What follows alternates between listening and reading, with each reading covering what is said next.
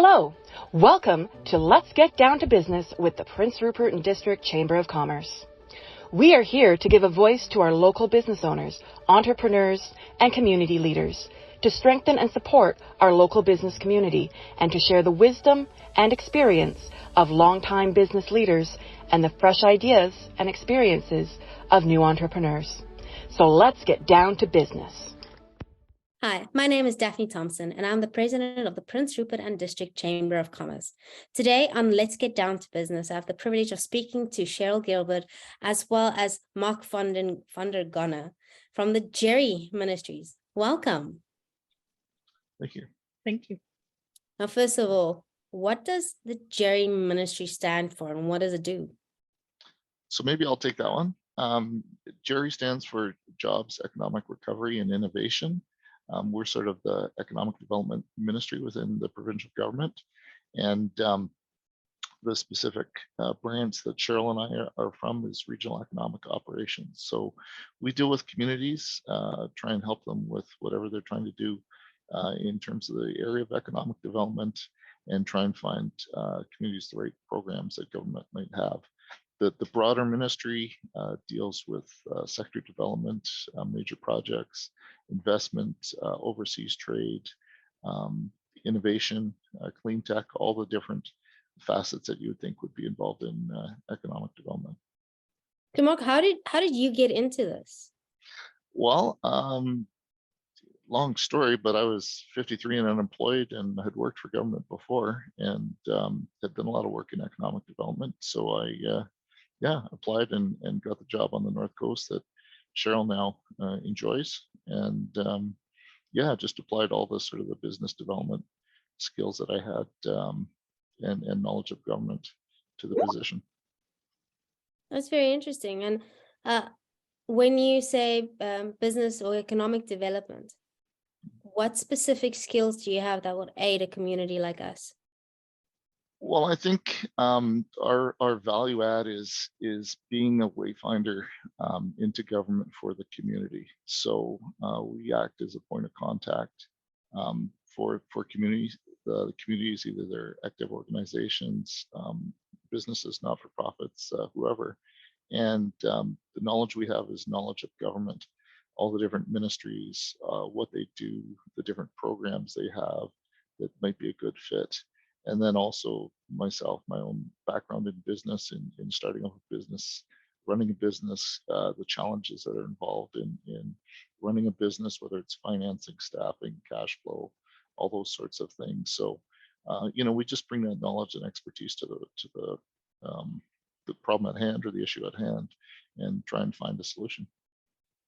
So you are, I like what you said, you're the wayfinder. So if any business comes and reaches out to you in the community, if it is with regards to any kind of grant or funding that they need, you are able to assist us or even just point us in the right direction. Yeah, I mean, I think it's really hard because government is a huge beast, with thousands of employees and dozens, if not hundreds, of different programs. And for an individual business, it's kind of a daunting task to kind of navigate your way through government and get put in touch with the right person. We're a good place to start. We might not be the right person to have the program, but we can certainly find it for you and put the two parties together. That is very, very helpful. I know I'm at the chamber, we are trying to find different grants and see what we can apply for. But like you say, it is a maze of information and like a rabbit hole that just doesn't stop. Right. Well, we get that. And so, our branch organizations, I'm sort of the director for the Northern region, and I've covered the area from Clinton north to the Yukon border. So that's about roughly 2/3 of the province. But we have a handful of regional managers scattered out in communities. Cheryl is based in Kitimat, but she covers the North Coast, which is a pretty extensive area, but her job is to liaise with communities and community organizations like yourself, find out what it is you guys are trying to do and help you to do that. Yeah.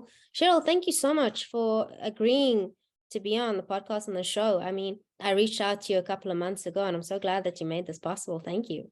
Yeah, thank you for the opportunity.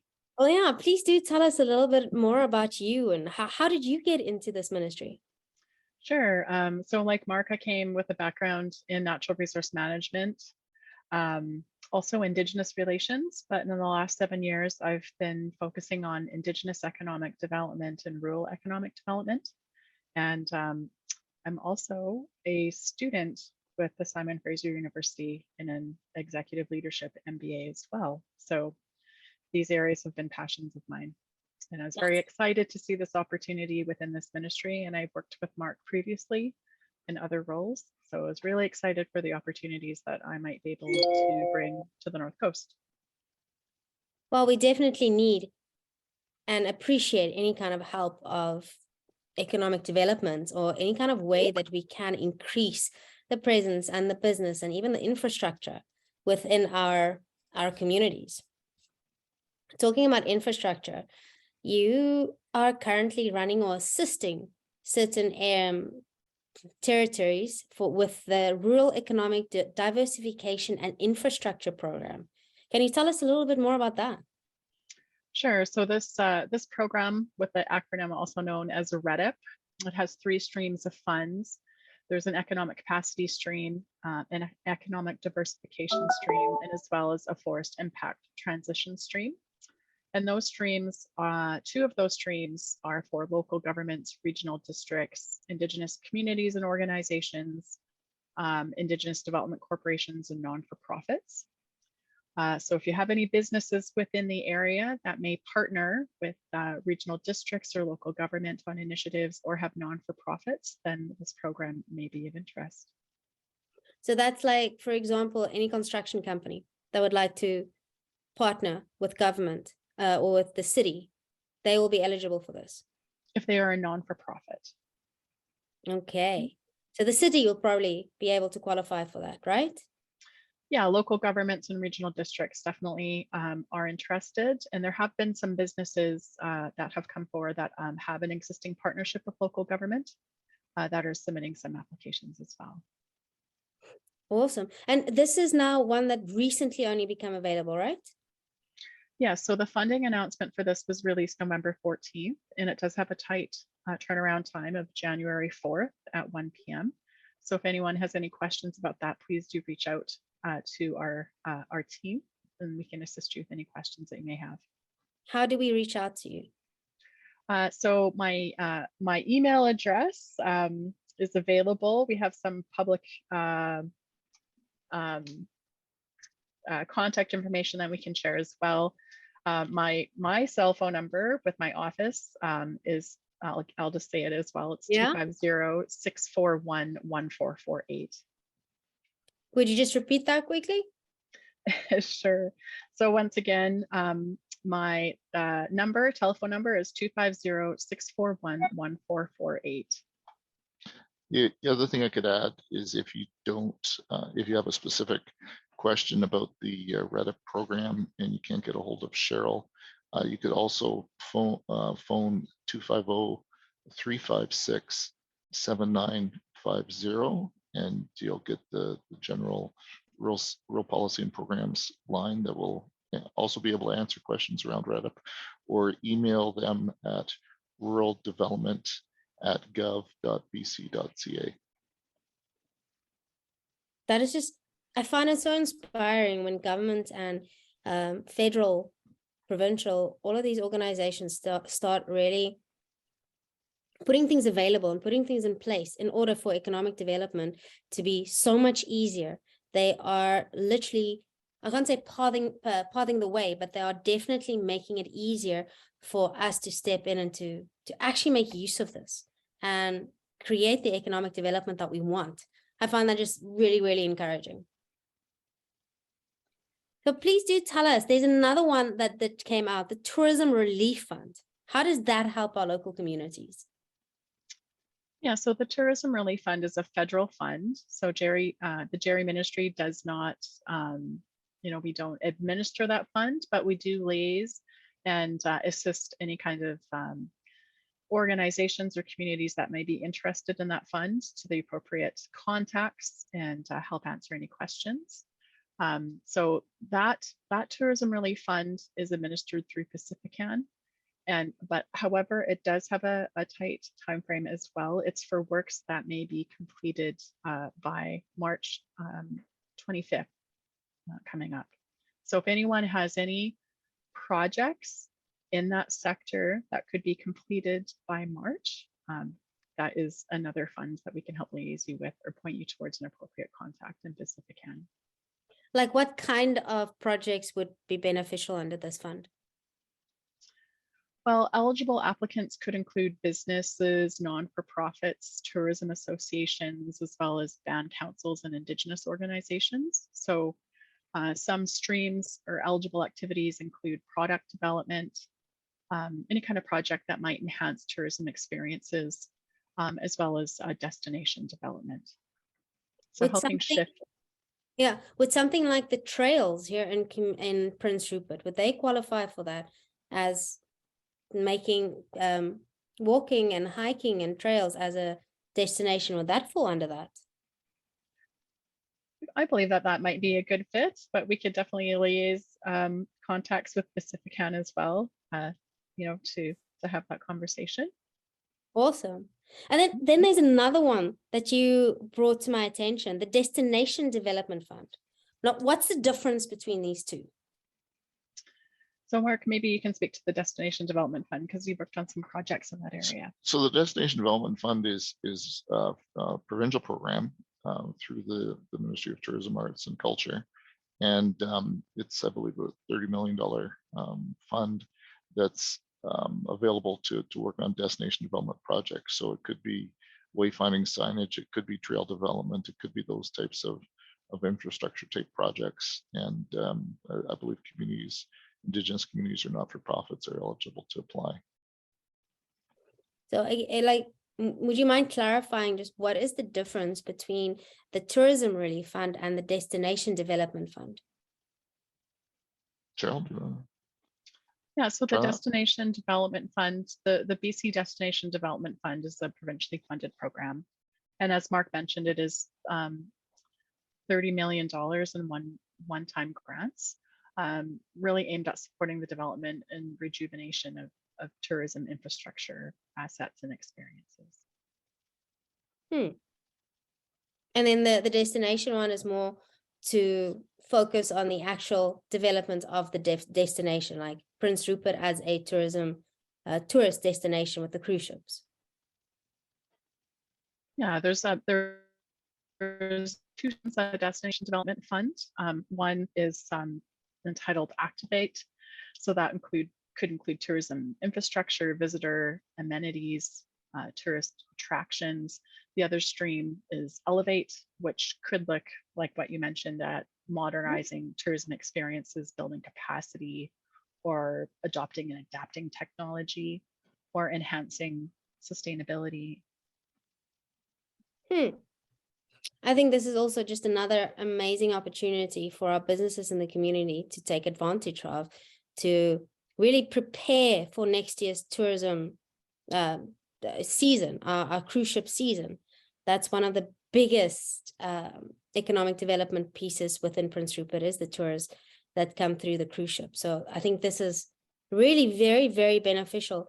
We also had Tourism Prince Rupert a while ago on the podcast, and they were speaking a lot about the opportunities that there are within Prince Rupert for the tourists, and to expand on that a lot more. So so with their ideas and the need that they know there is in the community, with the funding that you guys will help us or assist in getting in, I think this is a pot of gold ready to be exploited. Really exciting times for our community in Prince Rupert. But Mark, I want to get back to the actual ministry, JERI. Okay. It is the Ministry of Jobs, Economic Recovery and Innovation Ministry. Yeah. So why should people care about that? Well, I mean, I think that people should always care about economic development, because the economy is sort of foundational to quality of life. You know, if you don't have a good job or good industry happening in your community, you can really see a decline. So This ministry operates, like I say, on many different programs, whether it's us working with the community directly. We also oversee a number of different trade and development offices that we have scrolled around the world, in Asia, Europe, North America. And those individuals seek out investment opportunities, people that want to come to BC and establish some sort of business. And we work with them to try and highlight opportunities on the North Coast, whether it's opportunities with the Port of Prince Rupert or in Prince Rupert itself. We have innovation, a branch that deals with that deals with Innovate BC, and they try and deal with clean tech, trying to bring different businesses that are maybe startups or in the innovation space, and help connect them with business opportunities, help get them through those first few contracts and get them away to the races.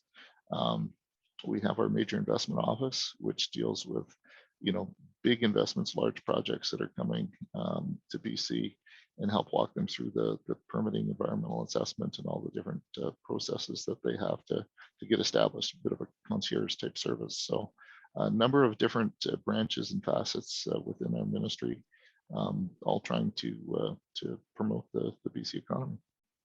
So what I'm hearing is that we should care because you guys and your ministry is able to help us find a way to the fund needed for the projects that we want to do. Absolutely. That's one part of it for sure. Well, that's definitely a very good reason why I would want to care about the JERI ministry. Mm. All right, let's make it a little bit more practical. So let's say I am a local signage shop or the local plumbing shop around here, and I would like to step up my website. I would like to make my website a little better and get a bit more Facebook friendly. Is there a way that you can help us with just maybe funds in that marketing department for any industry? I can go. So sure, part of our ministry as well is Small Business BC, and they handle directly a number of different initiatives that small businesses should tap into. I believe there's a grant currently for people to get online and improve their online presence. I think it's either $1,500 or $2,500 maximum to do this type of work. But they're also offer all sorts of different services for small businesses, whether it's number of training webinars, whether it's one-on-one sort of coaching, mentoring, these types of things. They put out a monthly newsletter, and it's something, if you're not already aware of it, something we can definitely put you in touch with. I think that would be a really good benefit for the chamber as well. If we get all the information through Small Business BC that we can help distribute to our communities, that would be an immense benefit to everyone. Absolutely. What other type of training and advanced skills development opportunities would you be able to put us in touch with? Well, we also work with other ministries. Advanced Education has a couple of different programs that work with businesses. One, to sort of train the workforce of the future. If there's companies that have to do skills training with their existing employees, there's programs that can provide up to 80% funding. I believe up to $10,000 per individual to help cover training to a maximum. I think it's about $300,000 per company for that.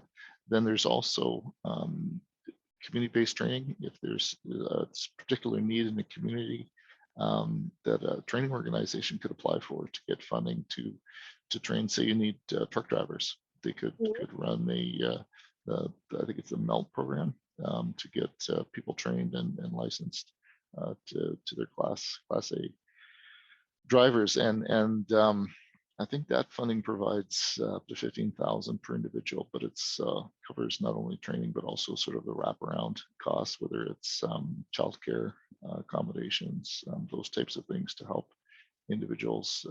The communities get individuals trained to meet certain specific job needs. That is so valuable, because childcare is something that we all struggle with, and housing and all of that. But if there's a fund or a grant that is able to help us upskill our actual skill set or get us into a new trade, here in the Prince Rupert community, trades are always needed in the form of truck drivers or plumbers, electricians, HVAC guys. All of these are needed. So if there's a fund that even helps businesses to get these skills trained up, I mean, that's amazing. So I'd fall back onto our value add, which is our wayfinding, our ability to kind of liaise folks in the community with other folks within government that can provide those programs and services specific to your need, right? So we're aware of different programs all the other different ministries have. And like I say, if we're aware that that's something that the community or someone within the community wants to pursue, we can, again, make that connection. And how do we connect with you guys again? Well, Cheryl gave you her email and contact numbers, so. Would you mind just stating your email address again? Sure. So my email address is Cheryl, CHERYL .Gilbert, GILBERT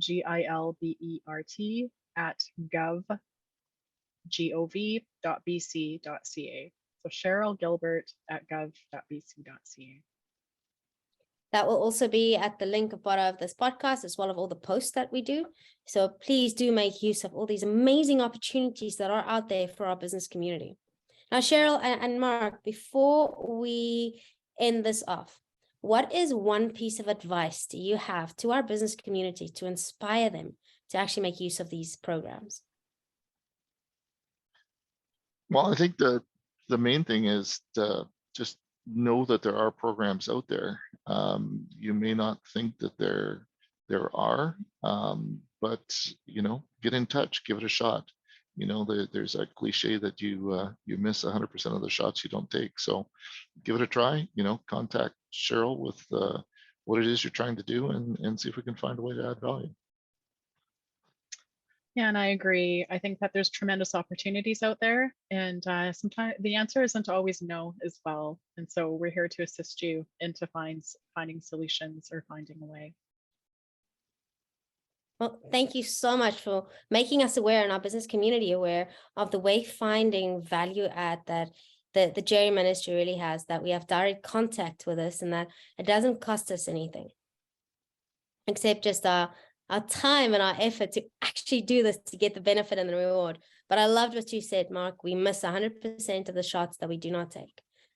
Thank you so much for being on the show. This has been absolutely incredible and super, super, super insightful. So thank you so much. A pleasure. Thanks for having us. Thank you. My name is Daphne Thompson, and this was Let's Get Down to Business. Thank you for listening to the Let's Get Down to Business with the Prince Rupert and District Chamber of Commerce. If you would like to be featured as a guest on a future episode, please email us at rupertchamber@gmail.com or direct message us on Facebook or Instagram at Prince Rupert Chamber.